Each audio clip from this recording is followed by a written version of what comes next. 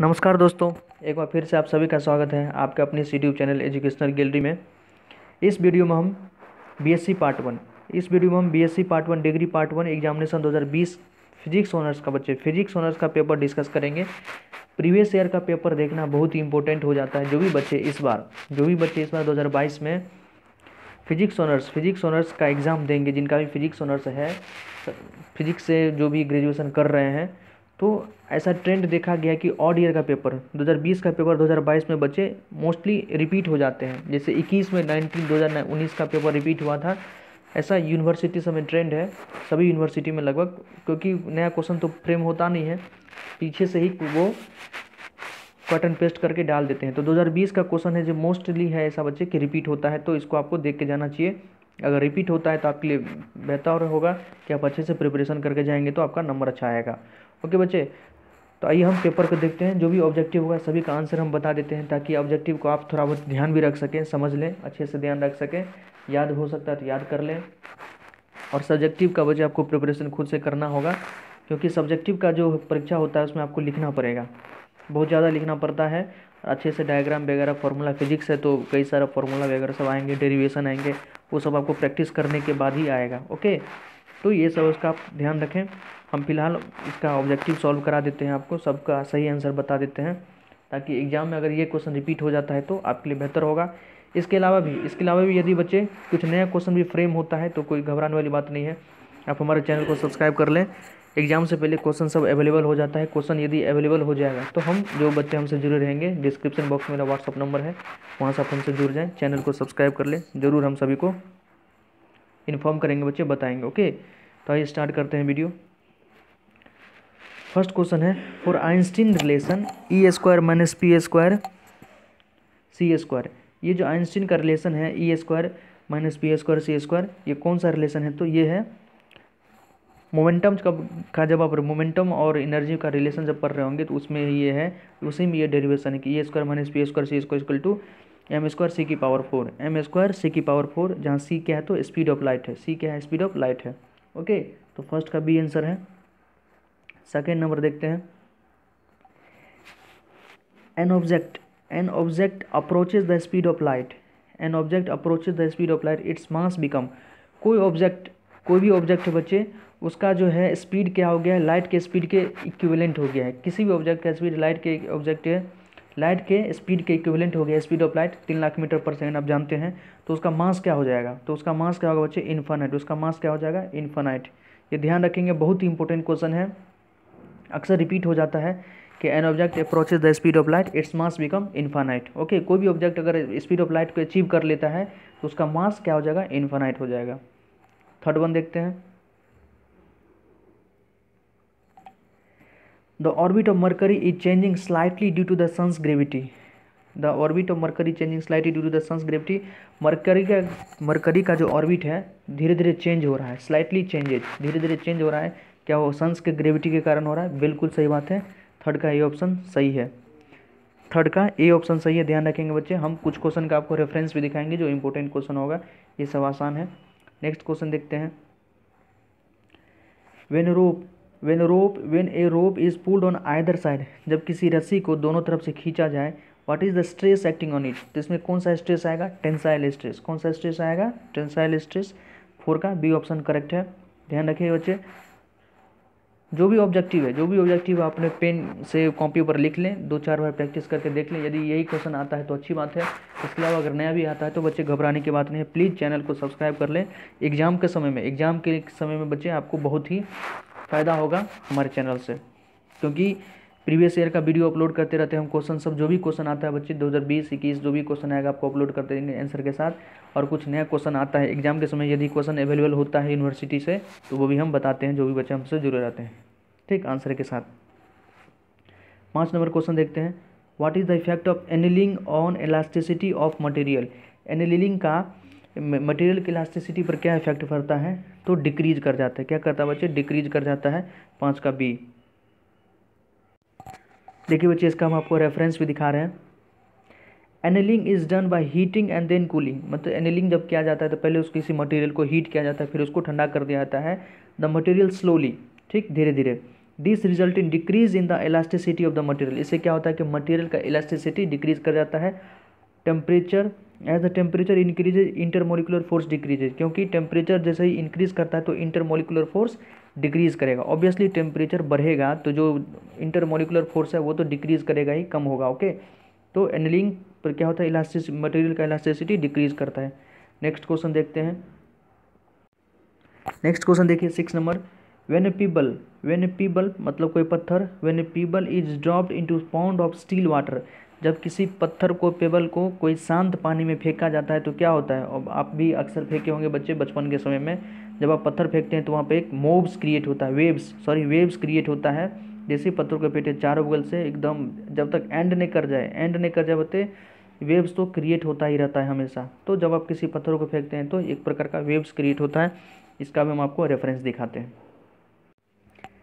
देखिए, when A payable is thrown in steel water, जब किसी पत्थर को स्टील वाटर शांत जल में फेंका जाता है, a circular pattern of alternate crest spread out. Circular pattern, गोल गोल, आपकी जैसा हम अभी आपको दिखाए थे, इस प्रकार का पैटर्न बटे एक प्रकार का वेव क्रिएट होता है। The kinetic energy makes the particle to oscillate. जैसे पत्थर फेंके थे, आप काइनेटिक एनर्जी दिए थे, तो वो काइनेटिक एनर्जी पार्टिकल को ओसिलेट करते रहता है। Which comes in contact with the energy gets transfer to the particles of the next layer. एक लेयर से दूसरी लेयर में एनर्जी ट्रांसफर होते जाता है। Which also begins to oscillate, जो सामने वाला जो उसका अल्टरनेट जो लेयर है वो भी ओसिलेट करने लगता है। This is the disturbance, it is the disturbance और वेव्स, ये क्या है तो डिस्टर्बेंस है या वेव्स है, that move forward and not the particles of the medium. ठीक, वेव्स मूव करते रहता है, वो पार्टिकल नहीं मूव करता बच्चे। पार्टिकल तो आप जहाँ फेंके वही ड्रॉप कर जाता है, वो वेव्स ही मूव करता है। ओके, नेक्स्ट क्वेश्चन देखते हैं। 7th नंबर देखिए बच्चे, बहुत ही इंपॉर्टेंट क्वेश्चन है और आसान क्वेश्चन भी है।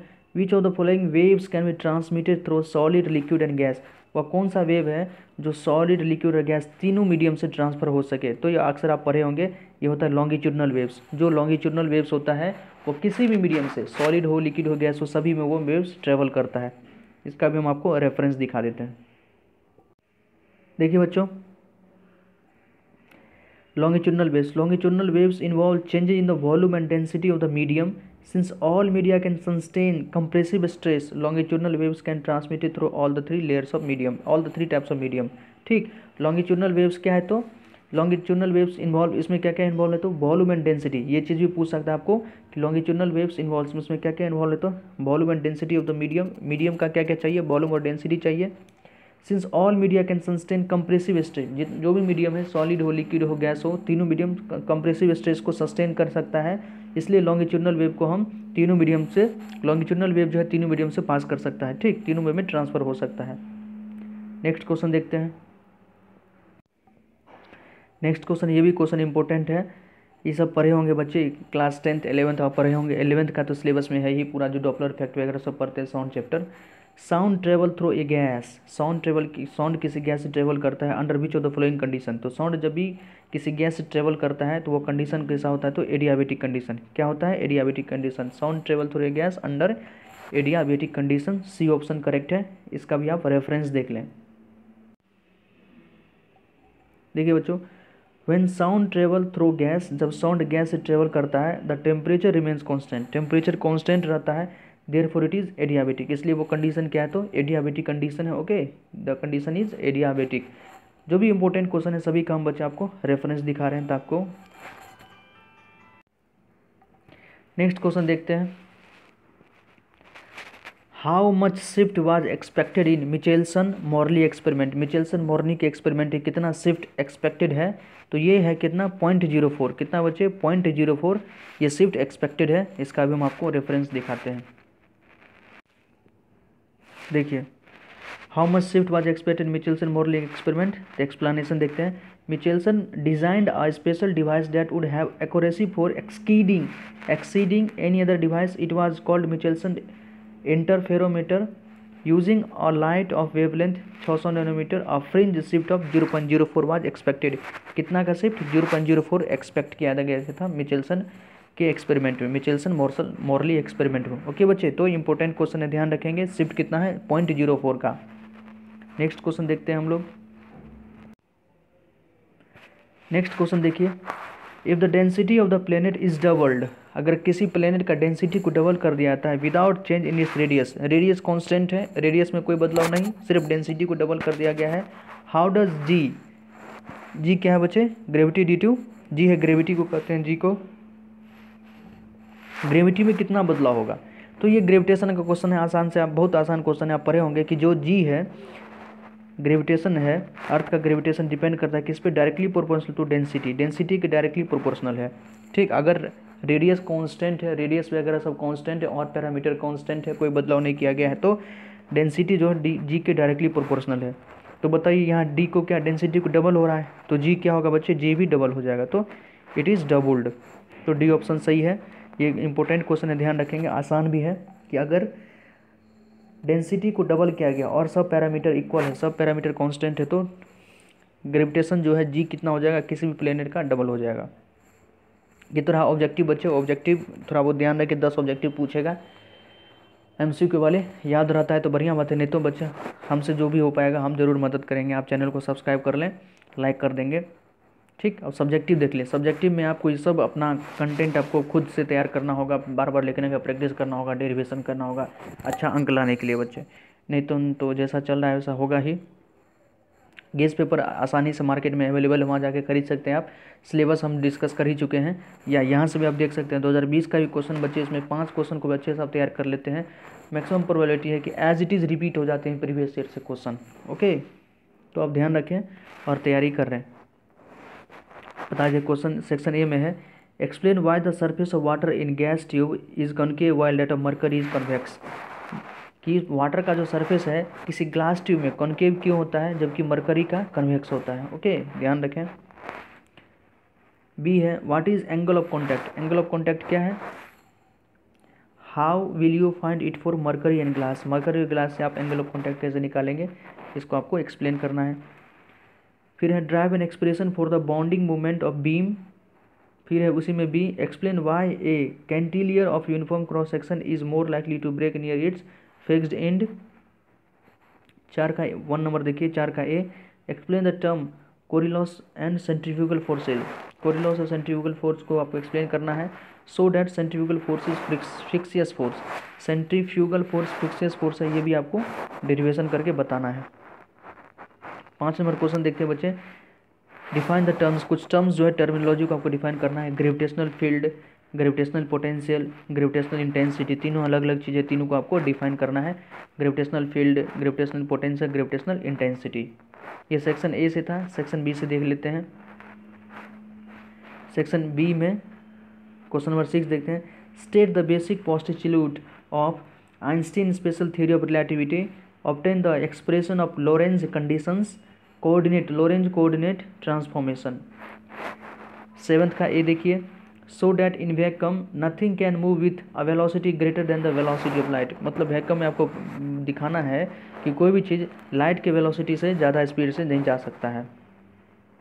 बी उसी में, do you agree with the statement earth can not be used as a inertial frame, क्या आप इस स्टेटमेंट से एग्री हैं कि अर्थ को हम इनर्शियल फ्रेम के यूज़ में, इनर्शियल फ्रेम के रूप में यूज़ नहीं कर सकते हैं, इसको आपको एक्सप्लेन करना है अगर एग्री हैं तो। 8th number, with the help of symmetric diagram describe the Michelson Morley experiment, objective में भी क्वेश्चन आया था बच्चे, सब्जेक्टिव में भी है, इंपॉर्टेंट क्वेश्चन है, इसका शिफ्ट ध्यान रखें, 0.04 का। Section C, so solve differential equation of damped harmonic oscillator and discuss in detail for under damped case. 10 number इसमें देखिए, what is meant by forced harmonic oscillator, forced harmonic oscillator से आपका क्या मतलब है।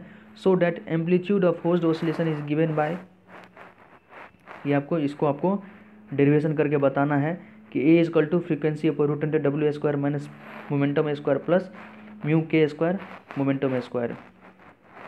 Where the symbol have their usual significance, explain resonance and sharpness of resonance in forced condition.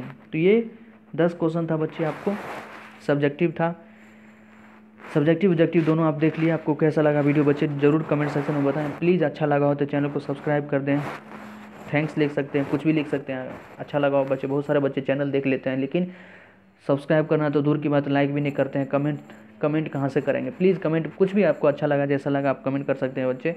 कोई और query हो एग्ज़ाम से रिलेटेड तो आप ज़रूर हमें मैसेज कर सकते हैं, व्हाट्सएप पे भी मैसेज कर सकते हैं। बस मैसेज करें, कॉल मत करें बच्चों, क्योंकि हम भी अपने काम में और कामों में व्यस्त रहते हैं तो कॉल उठाने का हमको वक्त नहीं मिलता है। अगर आप मैसेज करेंगे तो ज़रूर हम उसको देख लेंगे और कभी न कभी रिप्लाई कर देंगे। ओके बच्चों, तो ये फिजिक्स का जो प्रीवियस ईयर का पेपर था 2020 का, बहुत इंपॉर्टेंट है। ऑड ईयर का पेपर हम बार बार बोल रहे हैं, ऑड ईयर का पेपर यूजुअली रिपीट हो जाता है, तो यूजुअली रिपीट हो जाता है तो आपके लिए बेनिफिटेड है।